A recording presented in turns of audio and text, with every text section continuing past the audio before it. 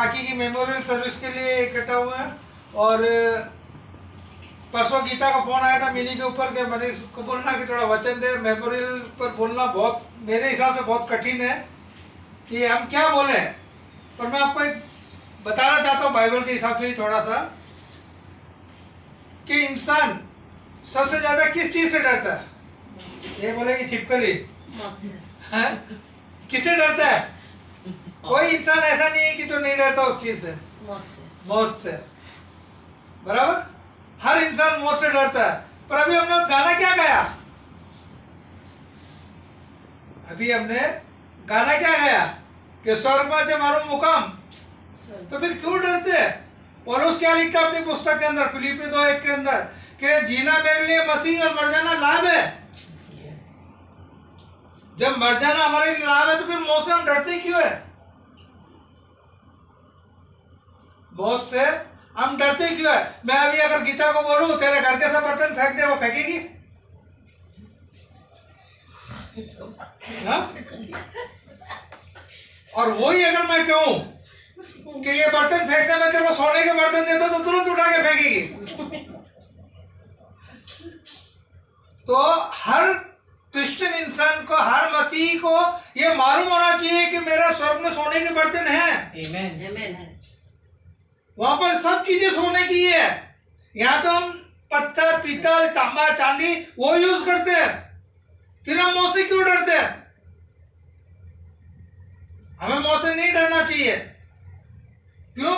क्योंकि अभी हमने गाना गाया, स्वर्ग में मेरा एक भवन भी है। स्वर्ग में, और यीशु मसीह ने जाने के टाइम में यही कहा है कि तुम्हारा मन व्याकुल ना हो, मैं पिता के घर में जा रहा हूं, तुम्हारे रहने के लिए जगह तैयार करने जा रहा हूं।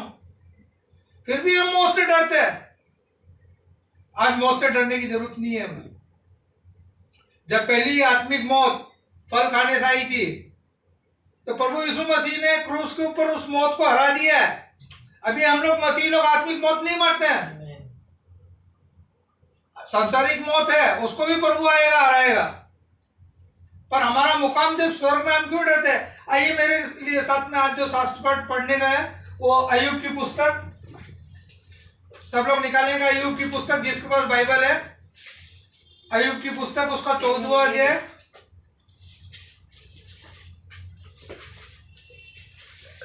मिल गया? अय्यूब की पुस्तक, उसका 7 से लेकर 10 कलम क्या लिखता है?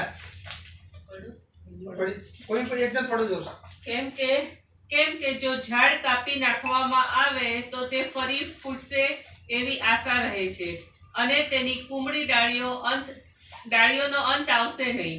જો કે તેનું મૂળ જમીનમાં જૂનું થાય અને તેનું થડ જમીનમાં સુકાઈ જાય તો પણ પાણીની ફોરથી તે ખીલશે અને રોપાની પેઠે તે ડાળીઓ કાઢશે. પણ માણસ મરે છે અને ક્ષય પામે છે. હા, માણસ પ્રાણ છોડે છે અને તે ક્યાં જાય છે? તે ક્યાં છે? यहाँ पर लिखा है कि अगर एक पेड़ को काट दिया जाएगा, उसकी जड़ जमीन में रहेगी, उसके लिए आशा है कि उसको पानी लगेगा, बारिश लगेगा, वो फिर से खिल जाएगा। पर एक मसीह जब मरता है वो दोबारा यहाँ पर जीवित नहीं होगा, स्वर्ग में जरूर जीवित होगा। पेड़ के लिए आशा है कि उसको हमने काट डाला, उसकी डालियां तोड़ डाली, उसकी जड़ जमीन के अंदर सूख गई। अगर आदमी जमीन में सूख जाएगा तो वापस वो हरा भरा नहीं होएगा। पर पेड़ के लिए आशा है, पर एक मसीह के लिए आशा नहीं है मेरे प्रियो। बाइबल लिखती है बहुत क्लियर, बहुत अच्छे से समझाने के लिए लिखती है कि पेड़ को तो आशा है, पर एक मसीह व्यक्ति जिसकी आयु परमेश्वर ने निर्धारित की हुई है जन्म से पहले, प्रभु के हाथ में उसकी आयु बढ़ाना घटाना। और वो किस हिसाब से होगा? जब हम अपने काम कैसे करते हैं इस धरती पर। जो जीवन में आपको आगे धीरे धीरे समझाऊंगा, रेफरेंस के साथ बता के समझाऊंगा। पर जो व्यक्ति अपने जीवन में परमेश्वर ने उसको पैदा किया है, जिस कार्य के लिए किया है, वो कार्य छोड़कर हम तो दूसरे कार्य करने लग जाते हैं। हमारे लिए आशा नहीं है, पेड़ के लिए आशा है, बाइबल का कलम बताती है। इसी का 14 अध्याय की 10वीं आयत पढ़ना बहुत अच्छे लिखा है। પણ માણસ મરે છે અને ક્ષય પામે છે. હા, માણસ પ્રાણ છોડે છે અને તે ક્યાં છે? 14 નીકળ્યું. और 40 શું મુએલો માણસ સજીવન થાય છે? મારો છૂટકો થા ત્યાં સુધી હું મારા યુદ્ધના સઘળા દિવસો પર્યંત વાટ જોત. यस, बाइबल बताती है, यहाँ पर लिखा है कि क्या आदमी वापिस जीवित हो सकता है? नहीं हो सकता. अभी मैं आपको रेफरेंस बताता हूँ, नोट कर लेना, ध्यान में रखना, बाद में पढ़ना. आप उसको अभी पढ़ाऊंगा तो वचन लंबा बहुत हो जाएगा. बंद हो गया. ચાલો સ્ટાર્ટ.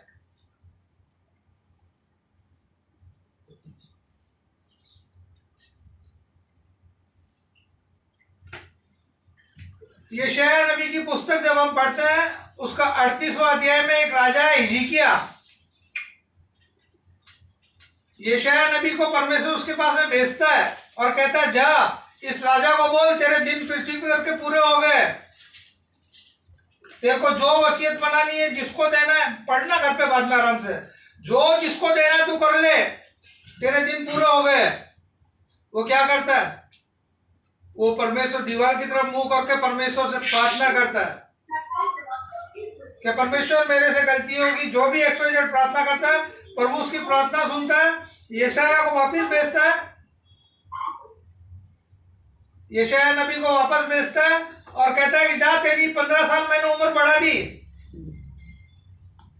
ये सब हम जानते हैं, इस बात को जानते हैं सब लोग जानते हैं हम लोग. तो हिजकिय्याह से भूल क्या हुई? जब आप 39 वचन पढ़ेंगे, बेबीलोन से राजा के दूत आए ये देखने के लिए कि परमेश्वर ने इसको 15 साल जिंदा किया है, हम जाके उसको देख के आते हैं. वो वापस आते हैं तो हिजकिय्याह राजा क्या करता है? 39वां वचन घर पे पढ़ना बाद में. यशायाह 39 वापस बताया, हिजकिय्याह राजा अपने महल की सब चीजें उनको दिखाता है. ये टीवी है, ये फ्रिज है, ये सोना है, ये सब दिखाता है. पर जो काम परमेश्वर ने उसके जीवन में किया था 15 साल, वो बात नहीं बताता है. और परमेश्वर क्या कहता है कि आज के बाद तेरे घर में से कोई राजा नहीं बनेगा, तेरे सब बच्चे खोजे बनेंगे. 39वां वचन पढ़ लेना. एक तरफ परमेश्वर उसको 15 साल जीवन देता है, पर और वो परमेश्वर उसको कहता भी है बाद में यशायाह को, और यशायाह जाके उसको पूछता भी है कि जो 2 लोग तेरे पास में आए थे उनको तूने क्या क्या कहा. पढ़ लीजिए, फिर के बाद पढ़ लीजिए, थोड़ा अच्छा रहेगा. लास्ट में ये पढ़ लीजिए. 39 में कौन सी कलम? सिस्टर पढ़ लीजिए. 7 જો મનુષ્ય છે તું જાણે તારા દીકરાઓ કે જે તારાથી ઉત્પન્ન થશે, જેઓને તું જન્મ આપશે, તેઓને તેઓ લઈ જશે અને તેઓ બાબિલના રાજાના મહેલમાં ખોજા થશે. यस, तो यशायाह उसको आके कहता है, ये 39वां अध्याय पढ़ना बाद में, उसमें बताया है, यशायाह आके उसको कहता है कि तेरे को जो परमेश्वर ने 15 साल जीवन दिया वो बताना चाहिए था तेरे को, और तू तो अपने घर की दागिने, घोड़े, ये सब चीजें बता रहा है. अगर आज हमारे जीवन में परमेश्वर ने कुछ चमत्कार किए, चिन्ह किए, तो हमें उसको लोगों को बताना इस धरती के ऊपर है. जब उसने क्या किया, परमेश्वर ने जो उसके बच्चों का अधिकार था, एक राजा के बच्चे राजा ही बनते हैं, तो जो था परमेश्वर ने उससे वो ले लिया और कहा कि तेरे बच्चे अब से खोजे बनेंगे. उसके बाद में लूका 12 जब हम देखते हैं, उसकी 15वां अध्याय, लूका 12 उसका 15वां अध्याय, एक धनी मनुष्य की कहानी है. वहां पर बताया है कि वो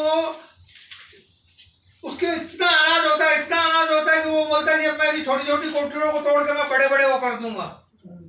परमेश्वर कहता है, हे मूर्ख, आज ही रात में तेरे प्राण ले लूंगा. लोग उसकी कोठियां देखते होंगे, उसके बंगले देखते होंगे, उसकी कारें देखते होंगे, परमेश्वर ने उसको आशीषित किया हुआ था, पर वो प्रभु का सामर्थ्य उसके पास नहीं था. वो प्रभु के लिए कार्य नहीं करता था. आज हमें परमेश्वर ने जीवित रखा है, हमें उसके कार्य करना है, पर हम प्रभु के कार्य तो करते ही नहीं है.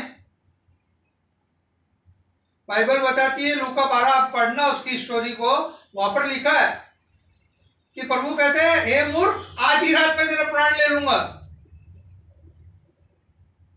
पर जो हमारा घर स्वर्ग में है, उसके लिए हम क्या धन इकट्ठा करें?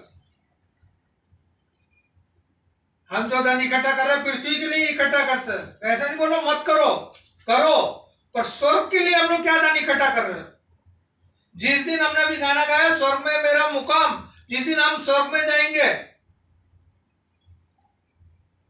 उस दिन स्वर्ग में मुझे क्या धन मिलेगा, मेरे लिए मैं क्या स्वर्ग में धन इकट्ठा कर रहा हूं।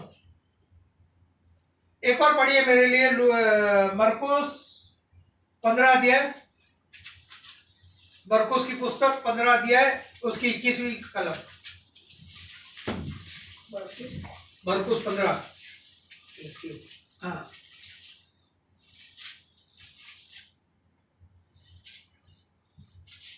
પઢો કોઈ જોર से। સિમોન કરીને કુરીનિસનો એક માણસ જે આલેક્સાન્ડરનો તથા રૂફસનો બાપ હતો, તે સીમમાંથી આવતા ત્યાં થઈને જતો હતો। તેની પાસે તેઓએ બળાત્કારે તેનો વધસ્તંભ ઉચકાવ્યો। बस हिंदी में पढ़ना जरा। सिकंदर और रूफुस का हाँ। पिता शमोन एक कुरेनी मनुष्य जो गांव से आ रहा था उधर से निकला। उन्होंने उसे बेगार में पकड़ा कि उसका क्रूस उठा ले चले। यस, सिमोन कुरोनी ने परमेश्वर का क्रूस उठाया, सब जानते हैं, हम सब जानते हैं। सिमोन कुरोनी ने परमेश्वर का क्रूस उठाया, तो उसके बेटों का नाम क्यों लिखा? क्रूस तो बाप ने उठाया था। क्रूस किसने उठाया? पिता ने। पिता ने। तो फिर यहाँ क्यों लिखा है सिकंदर और रूपस के पिता सिमोन कुरानी? बाइबल में लिखा है, मतलब कुछ उसके लिए नहीं लिखा है, कुछ कारण के लिए लिखा गया है। सिकंदर और रूपस के पिता ने ये क्रूस उठाया, परमेश्वर का कार्य किया। क्रूस उठाया मतलब उस टाइम में रोमन का ये था कि कोई भी जो व्यक्ति रहता था वो जो क्रूस उठा के जाता था, वो क्रूस उठा के जाते वक्त मर नहीं जाना चाहिए।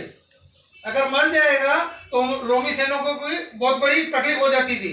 और यीशु मसीह को तो ऑलरेडी कोड़े लगे हुए थे, शरीर से खून बहा हुआ था, इसके लिए इन्होंने सिमोन कुरेनी को पकड़ा। सिमोन कुरेनी की इच्छा थी नहीं बिल्कुल क्रूस उठाने की। अब बाइबल पढ़ना, उसकी इच्छा बिल्कुल नहीं थी क्रूस उठाने की, फिर भी वो सिमोन जबरदस्ती प्रभु का क्रूस उठाता है। तो यार उसके बच्चों का नाम क्यों है? जो इंसान प्रभु का कार्य करेगा, प्रभु ने आज हमको जीवन दिया है, इसके लिए दिया है पृथ्वी पर। वो चाहे तो हमको कल ही उठा ले, उसके हाथ में सब इख्तियार, उसके हाथ में। जिंदगी बढ़ाना, जिंदगी कम करना, सब इख्तियार उसके हाथ में। वो चाहे तो हमें कल का सूरज नहीं देखने दे, पर उसने हमें रखा है, हमें उसका काम करना है। कलीसिया में कभी भी बुलाया जाए कि ये कार्य करना है, हमको दौड़ के करना है, पर हम क्या करते हैं? अरे मुझे नौकरी जाना है, अरे मुझे तो एक ही संडे मिला, मैं क्यों जाऊं प्रभु के घर में? ये आशीष किसकी थी आपको मालूम है? ये जो आशीष थी, बाद में बताऊंगा मैं इसको, आपको थोड़ा पूरा रेफरेंस में बताऊंगा। ये आशीष किसके लिए थी? जो इतिहासकार है, बाइबल के वो डॉक्ट्रिन है, जो वो कहते हैं ये आशीष सिमोन के लिए थी। और सिमोन कौन था? सिमोन पतरस के लिए रखी गई थी। उसको वहां हाजिर रह के प्रभु का क्रूस उठाना चाहिए था, पर वो वहां पर हाजिर नहीं था, वो भाग गया प्रभु का कार्य छोड़कर। ये जो आशीष, ये नाम, अब मेरे को कहीं बता सकते हैं पतरस के बेटों का नाम कहीं बाइबल में लिखा गया? कहीं नहीं है। सिमोन कुरेनी के बेटों का नाम आया। क्यों? क्योंकि इनके पिता ने परमेश्वर का क्रूस उठाया। अभी आपके मन में यह आता होगा कि सिमोन और सिकंदर और ये रूपस, चलो प्रभु सिमोन कुरेनी ने तो ये उसका क्रूस उठाया, तो क्या इनको सही में आशीष मिली? रोमियो की पुस्तक 16 अध्याय 13 वचन। रोमियो की पुस्तक 16 अध्याय 13 वचन।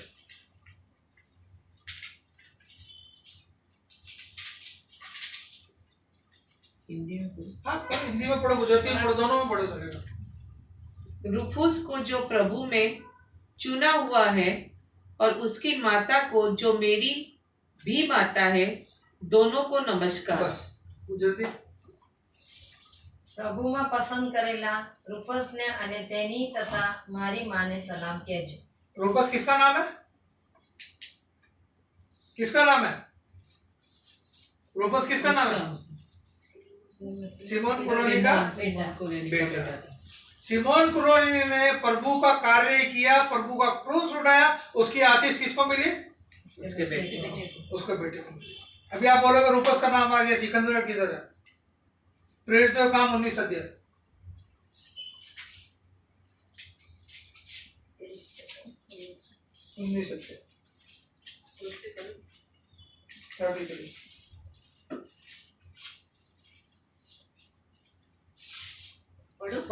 पढ़ो। યહૂદીનો આલેકસાંદરને ભીડમાંથી બહાર ખેંચી કાઢીને તેને આગળ હડસેલતા હતા ત્યારે આલેકસાંદર હાથે ઈશારો કરીને લોકોને પ્રત્યુત્તર આપવા ઈચ્છતો હતો. हिंदी में पढ़ना।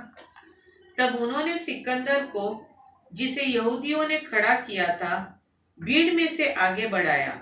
सिकंदर हाथ से संकेत करके लोगों के सामने उत्तर देना चाहता था। आ गया, सिकंदर का नाम भी आ गया। दोनों बेटे परमेश्वर के राज्य के अंदर बहुत बड़े आमीन। लीडर बने। क्यों?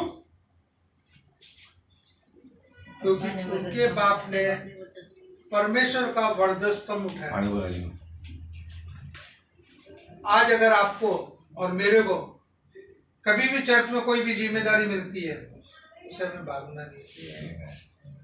आज अगर आप लोग आशीषित है, विशेष करके गीता, परेश, पन्ना, रायन के लिए मैं बोलता हूँ, काकी चिमन काका ने कोई परमेश्वर का कार्य किया होगा, उसकी आशीष आज आपके ऊपर है। उनके कार्यों को आज हमें याद करना है कि हमारे पूर्वजों ने जो हमारे लिए ये जो आशीष है, हमारे जो पूर्वजों ने परमेश्वर के लिए जो सेवा की है, परमेश्वर के लिए जो कार्य किया है, उसकी आशीष हम ले रहे हैं।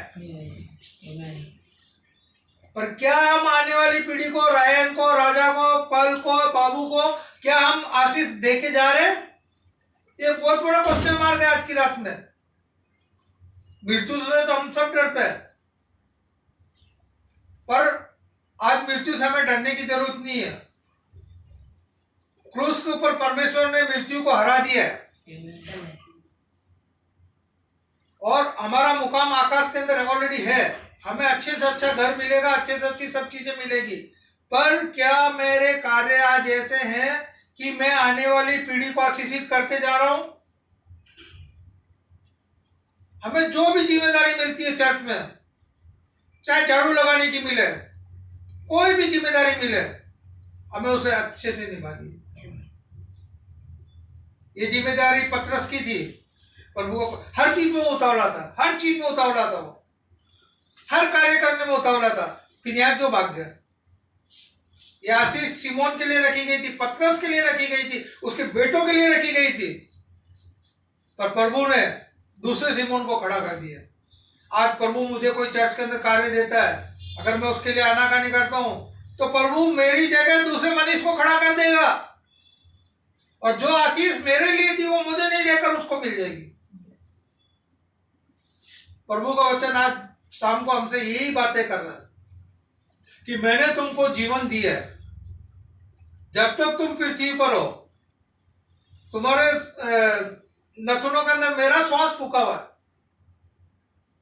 सुलेमान की पुस्तक बहुत अच्छे से कहती है कि जो प्रभु की आत्मा है, वो आत्मा वापस प्रभु के पास चली जाएगी, हम मिट्टी के मिट्टी रह जाएंगे। और अभी हमने पढ़ा कि जब हम मर जाएंगे तो हमारे लिए कोई आशा नहीं है। अभी वक्त है, पेड़ के लिए तो आशा है कि वो दोबारा पनप जाएगा, उसमें डालियां लग जाएगी, दोबारा फल लग जाएंगे। पर जो मनुष्य पृथ्वी के ऊपर है, एक बार वक्त निकल गया, उसकी रूह चलेगी परमेश्वर को वापिस, उसके लिए कोई आशा नहीं। फिर तुम आपने जैसे कार्य किया है वैसा आपको फल मिलेगा। फिर अगर आप फल की इच्छा रखोगे, हाँ मैं स्वर्ग में चला जाऊं, नहीं जा पाएंगे। अभी वक्त है कि आप परमेश्वर के लिए, परमेश्वर ने आपको चुना हुआ है, पृथ्वी पर रखा हुआ है, तो आप उसकी सेवा करिए। जो भी कार्य हमें दिया जाता है उसे हम अच्छे से करना, ताकि हमारी आने वाली पीढ़ी उसके द्वारा आशीषित हो। फैसला आपके हाथ में, आप क्या करते हो? हिजकिय्याह राजा ने जैसी गलती करी, वो गलती हमें नहीं दोहरानी है। इसलिए मैं उदाहरण बताया था आपको कि हिजकिय्याह राजा ने प्रभु का बताना चाहिए ना कि प्रभु ने मेरे ऊपर ये उपकार किया, मुझे 15 साल जीवन दिया है, मेरा 15 साल जिंदगी बढ़ाई है, पर उसने नहीं किया। और ये कुरेनी इसके जाने अनजाने में प्रभु का क्रूस उठाया। प्रभु ने इसके बच्चों को, इसको बाइबल में नाम लिखा रहना कोई छोटी बात नहीं है। प्रभु उसका नाम आया है बच्चों के, और मतलब बहुत बड़ी बात है। प्रभु ने उनको आशीषित किया, क्यों? क्योंकि उन्होंने प्रभु का क्रूस उठाया। प्रभु कहता है कि तुम्हारा बोझ मेरे ऊपर दे दो, मेरा बोझ तुम ले लो। और हम तो प्रभु की सुनने के लिए तैयार नहीं। आज की शाम प्रभु आपसे बातें करता है। इस मेमोरियल सर्विस के द्वारा आपको यही बताने की कोशिश कर रहा है कि आपको मृत्यु से डरने की जरूरत नहीं है, वो मेरे हाथ में है। अगर आपके कार्य अच्छे रहेंगे तो आपकी लाइफ बढ़ जाएगी। उकाब का जो पक्षी रहता है उसका वर्णन बाइबल में आता है, अभी रेफरेंस नहीं है मेरे पास, बाद में दूंगा मैं आपको कभी। बताते हैं ऐसा कि उकाब की उम्र 15 साल से ज़्यादा नहीं होती, 15 साल से ज़्यादा नहीं रहती है। पर वो क्या करता है, 15 साल का जब वो हो जाता है वो पहाड़ी के ऊपर चला जाता है। जब वो बूढ़ा हो जाता है, उड़ने लायक नहीं रहता है, जब वो पहाड़ी के ऊपर चला जाता है और क्या करता है, अपनी चोंच और अपने पंखों को पत्थर पे मारता रहता है कि मैं मर जाऊं। पर वो मरता नहीं है, और उसके पंख टूट जाते हैं, उसकी चोट टूट जाती है, वो नए आ जाता है और उसको 15 साल वापिस जीवन मिल जाता है और वो वापिस 15 साल उड़ने। इसके लिए बाइबल में बताते नहीं ना कि उकाब की नहीं हम उड़ेंगे, और शायद उकाब की तरह हम लोग अपने जीवन को थोड़ा बढ़ा सकते हैं, पर कब? जब हम प्रभु के कार्य करेंगे तब।